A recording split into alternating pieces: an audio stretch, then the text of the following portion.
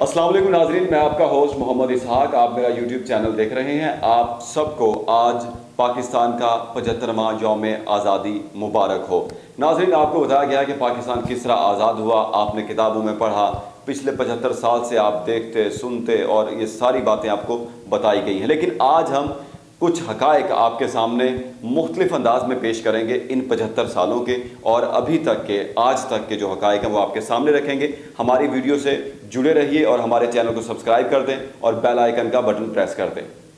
तो नाज़रीन, कायदे आज़म के पाकिस्तान के अंदर मुसलमानों ने कुर्बानियाँ दी और उसके बाद पाकिस्तान बना, और उसके बाद कायदे आज़म पाकिस्तान के पहले गवर्नर जनरल बने और लियाकत अली ख़ान पाकिस्तान के वज़ीर आज़म बने। ये बात है 1947 की, और वहाँ से शुरुआत होती है पाकिस्तान की और एक आज़ाद मुल्क की। और फिर पाकिस्तान के साथ क्या हुआ 1947 से अब 2022 तक पाकिस्तान के अंदर क्या कुछ होता रहा। लियाकत अली ख़ान वज़ीर आज़म बने और उसके बाद आपने देखा कि उनको किस तरह कत्ल कर दिया गया और वो चले गए। क्या कायदे आज़म ने इसलिए पाकिस्तान बनाया था कि उन्हीं के पहले वज़ीर आज़म को कत्ल कर दिया जाए, और उसके बाद फिर सूरत हाल चलती गई। फिर 1956 का आइन आ गया, पाकिस्तान के अंदर आइन बन गया, और उसके बाद पाकिस्तान में अभी तक कोई जनरल इलेक्शन नहीं हुआ था, आम इंतखाबात नहीं हुए थे। 1956 में आइन बना और 58 में ही पाकिस्तान के अंदर अयूब खान ने मार्शल लॉ लगा दिया। अब देखें ये क्या हुआ। ये कहा था कायदे आज़म ने कि इस तरह चलेगा पाकिस्तान, और अल्लामा इकबाल ने ये ख्वाब देखा था। आप बताएं। अच्छा, फिर ये मार्शल लॉ लगने के बाद फिर मुल्क चलना शुरू हो गया, फिर चलता रहा। फिर 1962 आ गया, 1962 का आइन आ गया जो कि अयूब खान ने दे दिया, और फिर ये इसमें कुछ प्रेसिडेंशियल सिस्टम डाल दिया गया, और फिर पाकिस्तान चलना शुरू हो गया। कुछ तरक्याती काम भी हुए, लेकिन जमहूरियत पाकिस्तान के अंदर फलने फूलने नहीं दी गई। और फिर मादरे मिल्लत फातिमा जना के साथ क्या हुआ आपने देखा, आपने सुना होगा। जब उन्होंने इलेक्शंस के अंदर हिस्सा लेने की कोशिश की तो उनके साथ क्या कुछ हुआ, और फिर उन कुछ गैर जमहूरी क़ुव्वतों ने उनके साथ क्या किया। फिर ये भी सूरत हाल आपने देख ली। फिर 1965 के अंदर पाकिस्तान और इंडिया, इससे पहले भी पाकिस्तान और इंडिया में खिंचाव की सूरत हाल थी, और उसके बाद 65 के अंदर वो जंग हो गई। और वो जो सूरत हाल थी वो आपके सामने है कि वो जंग में क्या हुआ। वो मुझे आपको बताने की ज़रूरत नहीं है, क्योंकि आपने बहुत सी किताबों में बहुत से हक़ाइक़ आपने पढ़े होंगे कि 1965 की जंग में पाकिस्तान के साथ क्या हुआ, इंडिया के साथ क्या हुआ, कि कितनी शहादतें हुई, सब आपको मालूम है, आपने सब पढ़ा है। 1965 के बाद की बात कर लेते हैं। 1965 के बाद 1969 तक ये मार्शल लॉ का दौर चलता रहा, और फिर उसके बाद कुछ इलेक्शंस के हवाले से हलचल होना शुरू हो गई। ईस्ट पाकिस्तान, वेस्ट पाकिस्तान, मुजीब शेख और उसके बाद जुल्फ़िकार अली भुट्टो, वो भी मार्शल लॉ के दौर में ही जुल्फ़िकार अली भुट्टो ने अपनी सियासत का आगाज़ किया, और फिर वो 1970 तक पहुँच गए। अब ये देखें कि पाकिस्तान बना और उसके बाद 1970 तक हम पहुंच गए, लेकिन इसमें जमहूरियत कहीं भी मजबूत नहीं हुई। फिर उसके बाद 1970 का जब वक्त आया, उसमें फिर एक जनरल इलेक्शन होता है। उस जनरल इलेक्शन के अंदर ईस्ट पाकिस्तान में शेख मुजीब जीत जाते हैं, और यहाँ वेस्ट पाकिस्तान में जुल्फ़िकार अली भुट्टो जीत जाते हैं। वेस्ट पाकिस्तान में ईस्ट का कोई कैंडिडेट नहीं जीता, और ईस्ट पाकिस्तान में वेस्ट पाकिस्तान का कोई कैंडिडेट नहीं जीता। फिर यहाँ पे कन्फ्लिक्ट आ गया, यहाँ पे मसाइल आ गए। अच्छा, ये क्यों हुआ? ये इसलिए हुआ कि पिछले 23 साल से अब देखें, अब यहाँ पर ये इलेक्शन जब हुआ, आम इंतखाबात हुए, तो ये तकरीबन 23 साल का वक्त बनता है पाकिस्तान बनने के बाद से 1970 तक। उसमें जमहूरियत को फलने फूलने का वक्त दिया ही नहीं गया, मौका ही नहीं मिला।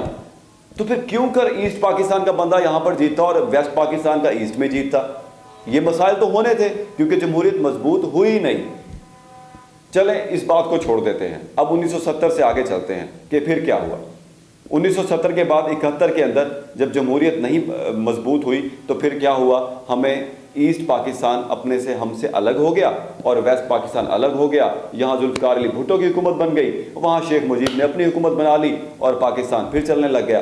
फिर क्या हुआ, फिर 1973 आ गया, फिर पाकिस्तान को आइन मिल गया। 1973 का आइन जो अब तक चल रहा है, वो आइन मिलने के बाद लगता ये था कि पाकिस्तान किसी डायरेक्शन में आ गया, किसी पटरी पर चढ़ गया, और अब हमें किसी टेंशन की और किसी इस तरह के जो अदवार हमने पीछे 23 साल में देखे थे उस तरह के नहीं देखने पड़ेंगे, और पाकिस्तान सबूत चलता रहेगा और तरक्की करता रहेगा। और क्योंकि जुल्फ़िकार अली भुट्टो एक जमहूरी आदमी थे, एक लीडर मिल गया था पाकिस्तान को और उनकी काफ़ी मकबूलियत भी थी।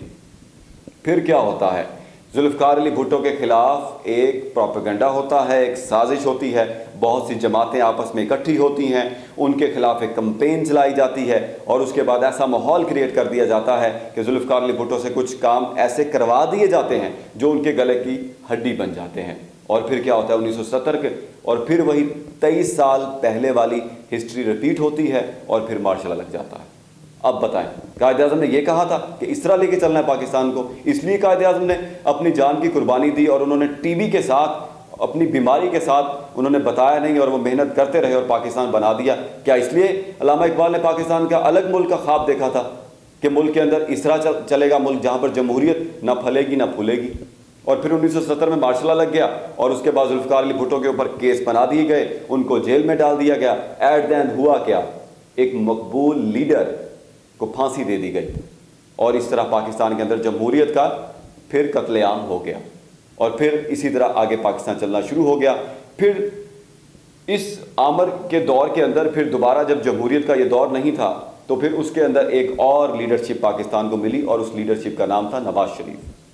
और फिर इसी तरह ये चलता रहा। फिर 1985 में गैर जमाती इलेक्शंस हुए, फिर उसके अंदर नवाज शरीफ जो थे वो पंजाब के वज़ीर आला बन गए, फिर उसके बाद उनको वज़ीर आज़म भी बना दिया गया और इस तरह के मामला चलते रहे। फिर यहाँ पर एक जो तब्दीली आई वो बेनज़ीर भुट्टो की शक्ल में आई, जो कि जुल्फ़िकार अली भुट्टो की बेटी थी।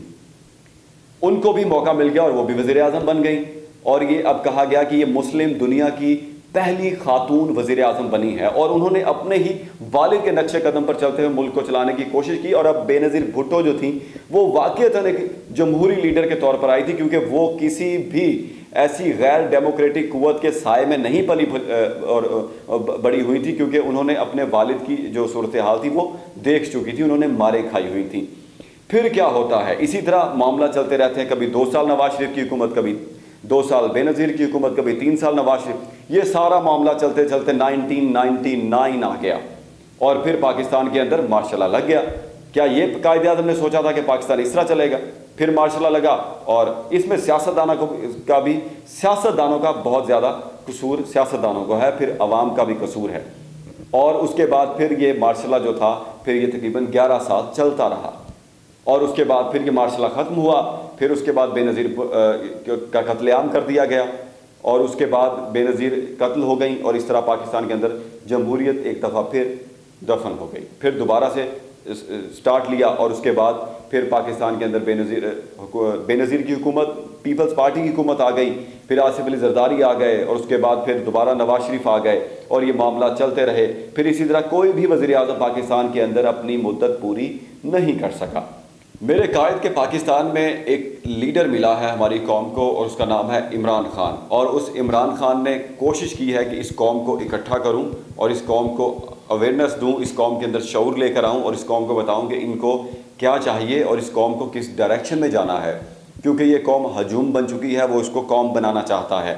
तो अब भी वो सड़कों पर है और इस आवाम को इकट्ठा करने की कोशिश कर रहा है। लेकिन अब इस इमरान खान को नाकाम करने के लिए भी साजिशें हो रही हैं, प्रोपेगेंडे हो रहे हैं कि इसको भी उठाकर बाहर फेंक दिया जाए जमहूरी सिस्टम से और फिर पाकिस्तान जो है वो उसी तरह चलता रहे जिस तरह पीछे 75 सालों से चल रहा है।